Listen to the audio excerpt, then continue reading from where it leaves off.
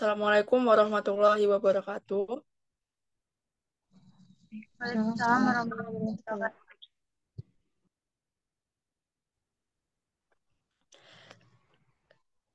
Baik, terima kasih kepada rekan-rekan semua yang sudah mengizinkan kami untuk presentasi. Sebelumnya, kami di sini dari kelompok 3 akan mempresentasikan hasil analisis dari studi kasus bab 17.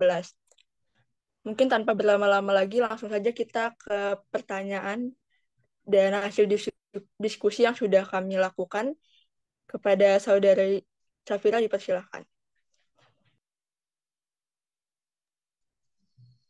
Baik, di sini yang pertama, apakah kami setuju dengan pendapat Butch Clay bahwa pemimpin dan manajer itu berbeda?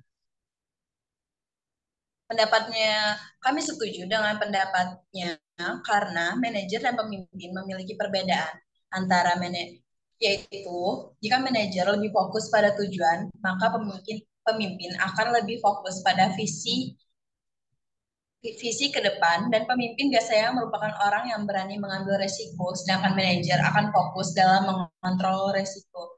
Next.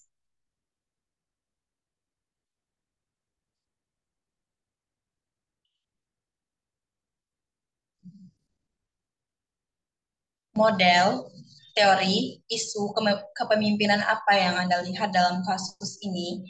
Yang kami lihat dalam kasus ini, model model kepemimpinan yang digunakan dalam kasus ini yaitu visioner. Model ini mewakili kemampuan seseorang untuk membuat dan mengartikulasi simulasi realistis yang memungkinkan perusahaan memiliki visi di masa depan, sesuatu yang realistis dan nyata yang lebih baik daripada apa yang terjadi saat ini. Teori yang digunakan dalam kasus ini yaitu teori teori kontingensi Fielder, yang menggunakan keterampilan dan gaya kepemimpinan manajer dengan tepat untuk menciptakan hasil terbaik berdasarkan situasi saat ini. Next.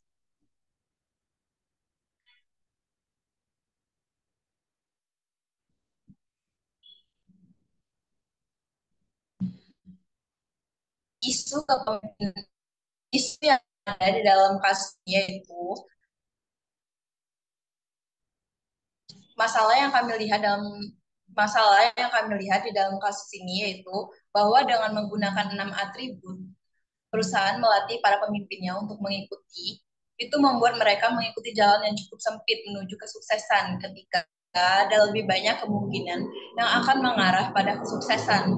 Sederhananya, ini membuat pemimpin berpikir bahwa 6 atribut yang dicari perusahaan adalah satu-satunya hal yang benar-benar penting di penghujung hari. 6 atribut itu akan dijelaskan oleh Debbie.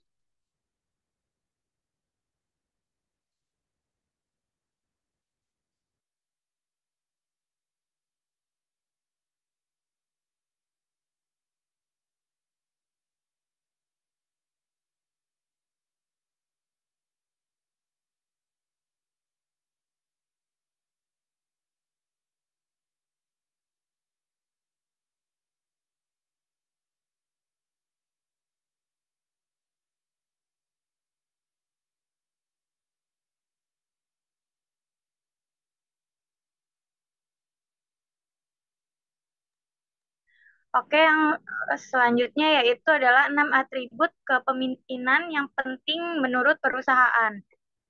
Yang pertama ada bagan bagan kursus. Bagan kursus ini adalah melibatkan membuat rencana dan beradaptasi karena peristiwa dan situasi yang tak terduga. Segala sesuatu perlu memiliki rencana sehingga ada tujuan akhir, sehingga setiap orang itu memiliki tujuan untuk diusahakan.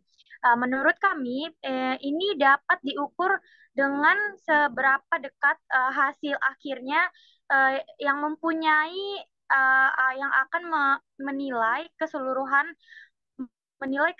tingkat moral dan kebahagiaan tenaga kerja. Terus yang kedua ini ada memberi energi dan menginspirasi orang lain. kemampuan untuk membuat orang-orang di sekitar Anda bekerja lebih keras itu dengan inisiatif, ujian, atau meningkatkan moral perusahaan secara keseluruhan. Hal ini dapat diukur dengan survei dan kuesioner yang akan menilai keseluruhan tingkat moral dan kebahagiaan kerja. Lalu yang ketiga itu ada tunjukkan etika, integritas dan dan kepatuhan, di mana kemampuan untuk tidak melakukan apapun di bawah meja dan mengikuti arahan di atas tanpa mempertanyakannya. Menurut kami ini dapat dikembangkan dengan berkreasi dan apa yang dapat dipelajari dari setiap situasi tersebut. Hal ini akan diukur dengan pengalaman pribadi dengan manajer itu sendiri dan berbicara dengan orang-orang yang bekerja dengan setiap hari. Pada dasarnya, orang-orang yang berada di posisi ini di atasnya menilai karakter moralnya dan seberapa baik dia mengikuti arahan dari atasan atau manajer. Lalu yang keempat itu ada memberikan hasil, di mana pemimpin harus mampu memberikan hasil positif di sebagian besar atau semua bidang. Dan terus meningkat dari waktu ke waktu. Jika pemimpin membuat rencana, dia harus berusaha sekuat tenaga untuk untuk mendapatkan hasil yang dia janjikan. Ini dapat diukur dengan bagan informasi tentang produktivitas, pelancaran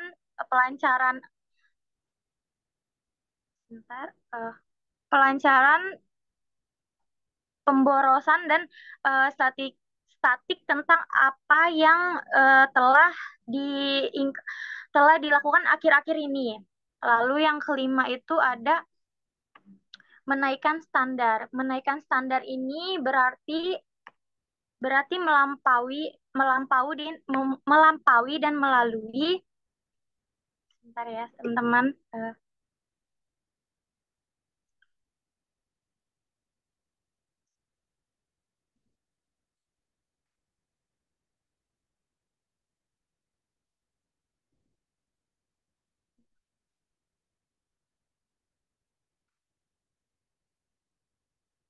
Oke, dilanjutkan ya. Yang kelima tadi itu memberikan hasil. Pemimpin ini harus mampu memberikan hasil positif sebagai besar atau di semua bidang dan terus meningkat dari sewaktu-waktu. Jika pemimpin membuat rencana, dia harus berusaha sekuat tenaga untuk meningkatkan hasil yang ia janjikan. Ia dapat diukur dengan bagan informasi tentang produktivitas pekerjaan, pemjurnalan, dan statik tentang apa yang telah ia tingkatkan akhir-akhir ini. Lalu yang keenam, menaikkan standar. Menaikkan standar ini berarti sebagian dan melampaui norma untuk sesuatu dan membawanya lebih ke level yang berikutnya atau ke level yang lebih tinggi. Misalnya, jika sesuatu seluruhnya yang dibesarkan atau dibesarkan sebulan sekali, manajer menaikkan standar dengan menyediakan waktu untuk memberikan 2 kali dalam setahun. Hal ini dapat diukur dengan keberhasilan manajer secara keseluruhan dan membandingkannya dengan apa yang telah dilakukannya di masa lampau atau di masa lalu, dan kebijakan ini perusahaan itu lebih tertantang dalam batasan apa yang telah diinginkannya atau apa yang telah ingin ditingkatkannya. Lalu yang terakhir ada berinovasi dengan sumber daya. Berinovasi dengan sumber daya ini berarti menggunakan pokok atau ruang yang sudah ada secara lebih produktif. Contohnya adalah mengambil langkah-langkah yang perlu untuk membuat produk lebih cepat. Contohnya, contoh lain itu adalah membuat hidangan makanan baru di restoran yang sudah menggunakan bahan sama persis dengan yang sudah mereka beli. Salah satu cara agar dapat diukur adalah dengan menggunakan inovasi ini di area bisnis lainnya dan melihat apakah inovasi tersebut dapat menciptakan dampak yang diinginkan oleh para ekonomis bisnis tersendiri. Selanjutnya, next slide.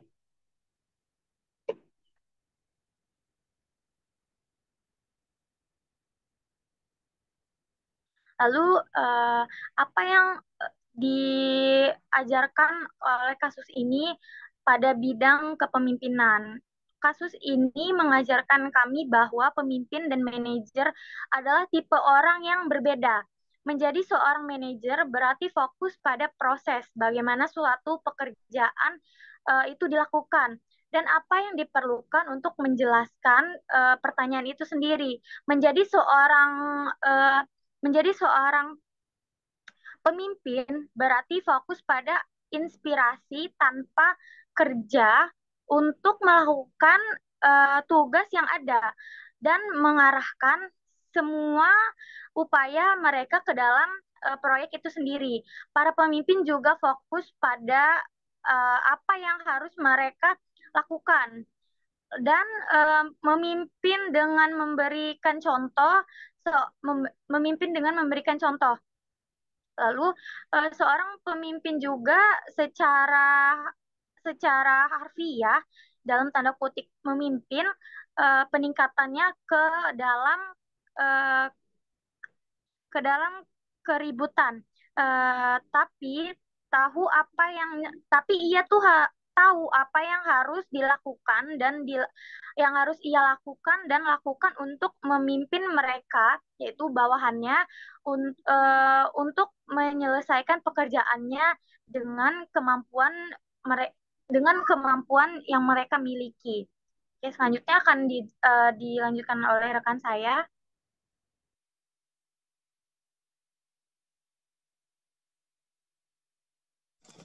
Baik, selanjutnya analisis kasus yang kedua, yaitu pemimpin yang melayani. Pertanyaan pertama, pelajaran kepemimpinan yang disediakan oleh Starbucks Lab untuk para manajer lainnya.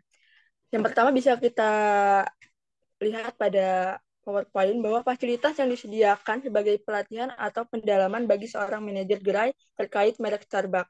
Artinya, Starbucks ini menyediakan fasilitas untuk menunjang kualitas dari para manajernya. Di mana manajer ini ditunjukkan latar belakang terkait berkembangnya Starbucks mulai dari awal sampai berkembangnya seperti sekarang. Mereka juga diberikan kesempatan untuk melakukan atau menjalankan proses-proses langkah-langkah untuk membuat kopi itu sendiri. Selanjutnya juga para manajer ini didorong untuk membagikan aktivitas apa saja yang mereka dapatkan dari kegiatan tersebut. Para manajer dapat mencari makna Starbucks tersendiri dan mengimplementasinya pada interior tempatnya seperti pencahayaan, musik, aroma, suasana Starbucks itu sendiri. Next.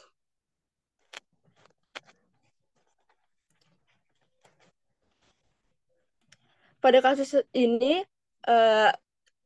pihak event bertujuan agar berkembangnya kualitas para manajer gerai dan dapat mendapatkan feedback yang baik terhadap gerainya sendiri. Yang kedua yaitu peran budaya organisasi dalam hal cara pemimpinnya memimpin. Yaitu peran yang dipegang oleh budaya organisasi dalam cara pemimpinnya memimpin, yaitu bagaimana seorang manajer dapat memahami nilai yang ada atau yang didapatkan pada saat kegiatan, dan bagaimana seharusnya mereka berinteraksi yang baik, dan bagaimana cara mereka menerapkan hal-hal yang didapat terhadap gerai mereka sendiri. Selanjutnya akan dilanjutkan oleh rekan saya. Oke, selanjutnya yaitu dengan menggunakan teori perilaku sebagai pedoman, menurut Anda hal apa yang lebih penting bagi seorang manajer gerai Starbucks? Fokus pada tugas, fokus pada karyawan, atau keduanya? Menurut kelompok kami, fokus terhadap keduanya sangatlah penting karena karyawan dan manajer gerai memiliki peran penting dalam gerai Starbucks. Karena tanpa keduanya, perusahaan tidak akan berjalan. Jika manajer gerai lebih mementingkan tugas, maka karyawan akan sulit untuk dikontrol karena karyawan mereka tidak ada yang mengawasi sehingga mereka bekerja kurang produktif. Jika manajer mementingkan karyawan, maka tugas manajer akan terbengkalai, sehingga dapat menghambat jalannya gerai yang dipimpin oleh manajer tersebut. Oleh karena itu, pemimpin harus dapat menempatkan perannya sebagai kepala semua bidang di dalam sebuah perusahaan atau gerai untuk manajer gerai Starbucks agar bekerja dengan baik dan juga bisa memotivasi masyarakat. Selanjutnya, bagaimana seorang manajer gerai Starbucks menggunakan teori kepemimpinan situasional, teori jalur tujuan, dan kepemimpinan transformasi. Yang pertama ada teori kepemimpinan situasional, yaitu teori situasional merupakan teori kontingensi yang berfokus pada kesiapan pengikutnya. Yang dimaksud yaitu jika teori situasional diterapkan pada gerai Starbucks tidak dapat berpengaruh langsung dikarenakan manajer harus mendiagnosis dengan baik, maka kepekaan terhadap lingkungan serta adaptasi dan fleksibilitas atas yang terjadi pada pengikut atau karyawan serta kemajuan teknologi dan berita yang sedang terjadi di lingkungan tersebut agar dapat memanfaatkan teori kepemimpinan situasional secara efektif. Yang kedua ada teori jalur tujuan, yaitu teori jalur tujuan merupakan teori kepemimpinan yang menyatakan bahwa tugas pemimpin adalah membantu pengikutnya mencapai tujuan dan mengarahkan atau memberikan dukungan sesuai kebutuhan untuk memastikan bahwa tujuan mereka sejalan dengan tujuan kelompok atau organisasi. Jadi, jika manajer Starbucks menggunakan teori jalur tujuan, maka kepemimpinan tersebut akan menjadi efektif karena efek positif yang diberikan pemimpin kepada para pengikut, kinerja dan kepuasan. Teori ini lebih efektif dan langsung berpengaruh. Yang terakhir ada teori kepemimpinan transformasi. Teori kepemimpinan transportasi merupakan pemimpin yang menstimulasi dan menginspirasi atau transformasi bawahan untuk mencapai hasil yang luar biasa. Jika manajer Starbucks menerapkan teori kepemimpinan transformasi yang memiliki peran di mana pemimpin meningkatkan sumber daya manusia dan berusaha akan memberikan reaksi yang akan menimbulkan semangat dan mengakibatkan kinerja para pengikut yang tinggi. Sekian itu saja dari saya. Baik, itu tadi hasil presentasi dari kelompok kami. Kami akhiri. Wassalamualaikum warahmatullahi wabarakatuh.